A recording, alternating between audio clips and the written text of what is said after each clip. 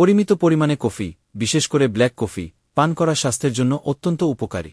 এটি দ্রুত মেদ ঝরাতে, শরীরের বিপাকীয় হার, মেটাবলিজম বাড়াতে এবং কাজের ফোকাস বা মনোযোগ বৃদ্ধিতে সাহায্য করে।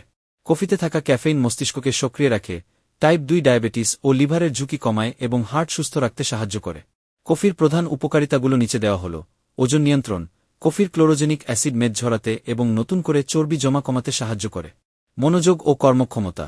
ক্যাফেইন মানসিক শক্তি বাড়ায়, মনোযোগ বৃদ্ধি করে এবং কাজের উদ্যম ধরে রাখে। ব্যায়ামের আগে কার্যকর। জিম বা ব্যায়ামের 30-60 মিনিট আগে 1 কাপ ব্ল্যাক কফি খেলে শারীরিক পারফরম্যান্স ভালো হয় এবং ক্লান্তি দূর হয়। লিভারের স্বাস্থ্য। নিয়মিত ব্ল্যাক কফি পান করলে লিভার সিরোসিস, ফ্যাটি লিভার এবং লিভার ক্যান্সারের ঝুঁকি কমে। ডায়াবেটিস প্রতিরোধ। নিয়মিত ও পরিমিত কফি পান টাইপ 2 ডায়াবেটিসের ঝুঁকি 11% পর্যন্ত কমিয়ে দিতে পারে। অ্যান্টিঅক্সিডেন্টের উৎস।